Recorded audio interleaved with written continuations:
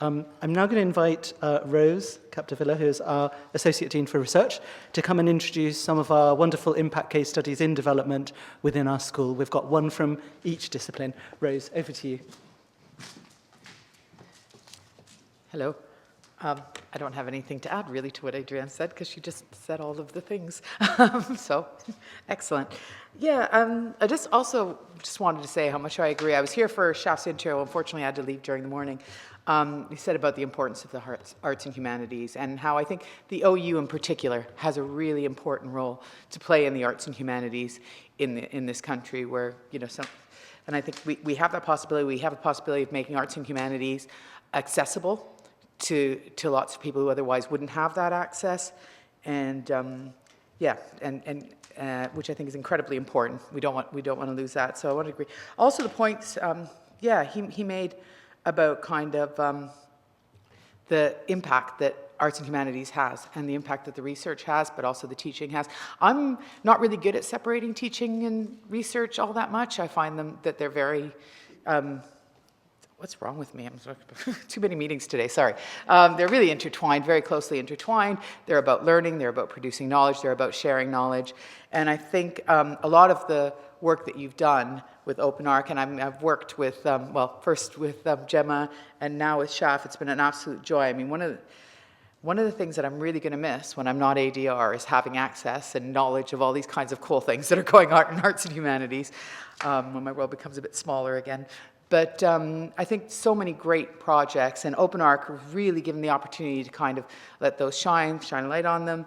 And so that's what I'm going to do. I'm just going to introduce some people who will tell you about their excellent work. And I think the first one is going to be, is Christine Plastow. Yes? Oh, there we are. Hi, Christine. And you're representing classical studies on mythical storytelling and the changing environment. Yeah. And whatever. It's about what value do traditional forms of storytelling have for creating a deeper relationship with the environment, which is lovely. And a sense of hope and empowerment about the possibility of fighting climate breakdown. So, welcome. Thank you.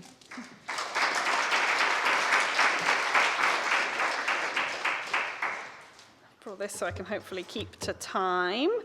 Okay, so hello everybody. Gosh, I've never stood at the front of this room before, and it's a big room. So yes, I'm Christine Plastow from Classical Studies, and this is Mythic Storytelling and the Changing Environment. You can see our lovely friend, the cormorant, standing on his log there. So yeah, as Rose just alluded to, this is a project about exploring how myth, folklore, and other traditional forms of storytelling can help us to think about our relationship in the present and in the future with the world around us, with the environment, with what some people might call nature, and thinking about how we can move from a sense that I think a lot of people have of feeling hopelessness, of feeling disempowered about our ability to intervene in climate crisis, towards a feeling of hope, of empowerment, of focus, and of being able to take action, even only small action, to protect our environment and to rebuild our relationship with the world around us. We're developing a program of events, which in the next phase we hope will be a touring program of events. The main feature is a theatrical performance, which I'll say more about in a second. And that's accompanied by community workshops where we will work with community members all around the UK to help them to tell their own stories about their local environments. And also what I've called a post-show symposium here. I mean this kind of in the Greek sense of a lot of people getting together and talking about something. Not an audience Q&A, but an actual dialogue between people to think about how we can to respond to the theatrical performance. So anyway, what's the play? In the green box here, we've just named it in the last few weeks. It's going to be called When I Will Be a Bird. And it's a show which features 3 storytellers who are bird-like, telling stories about other birds in myth, about human beings, about plants, other animals, the weather, the climate, the landscape. And they tell these stories to each other as a way to try and understand how they've got to where they are. These three birds are out on a rock in a flooded landscape. What has happened to the world around them, they're not quite sure. But they're bringing these stories, kind of collecting them from around the world and around parts of the land that might not be flooded, bringing them together and trying to use those stories as a way to understand what went wrong in the past and what might be done differently in the future. And in the community workshops, we're hoping that we'll be inviting people to tell new stories of their own, to make their own myths, to tell their own stories about local environmental change. You can see the picture up at the top here is from Loch Ness in Antrim in Northern Ireland. A really wonderful mythical landscape with evocative foundation myths, how the loch was made by the giant Finn McCool, and which also is, at the moment, suffering from outbreaks of blue-green algae, which are killing local wildlife, really affecting people and animals in the area. And so in our show, one of the stories we tell is weaving together those mythological origins for the location with the scientific reality of what's happening. And we're hoping that by using myth, we can make elements of climate science that can seem really inaccessible to people, to make those seem more real, to make them more accessible, and also to give people a way into thinking about how they might intervene. The process so far, you can see some of my lovely team on the left-hand side there. We've had some research trips to Liverpool and Belfast. We've been working with local practitioners. We really want this to be a project where, as we tour to each location, we can respond to environmental concerns in that location. We're mingling research into myths, Greek myths, of course, but also other mythic traditions, other folklore traditions. We've been working together, we've been devising together, we've been experimenting with different ways of storytelling, including improvisation, musical storytelling. And we had a work in progress sharing last June, which highlighted this kind of core concept, and we got some really positive feedback for it.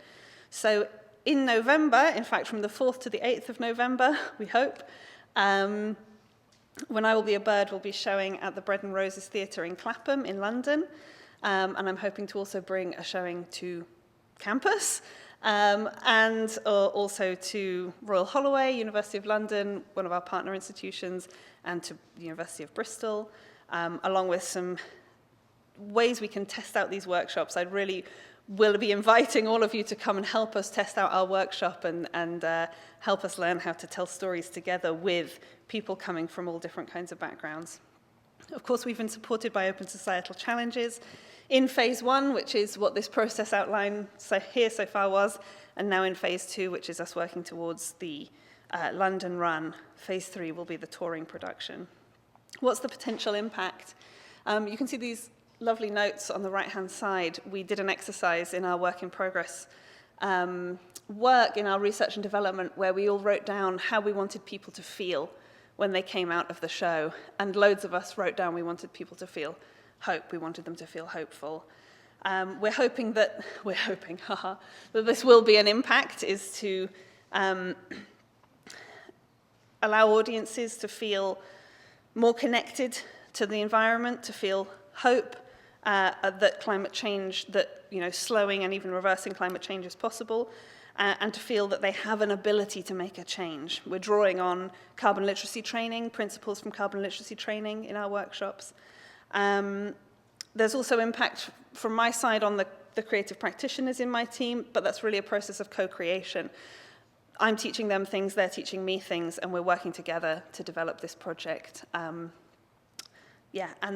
hopefully there will also be there will also be impact on the workshop participants, which should be about making people's unique contexts visible. We really want people to be bringing myths that are meaningful to them, perhaps from their own cultural backgrounds. The environmental concerns that they have, we know that in parts of the country it's flooding, in parts it's biodiversity loss, in parts it's drought, things vary from place to place.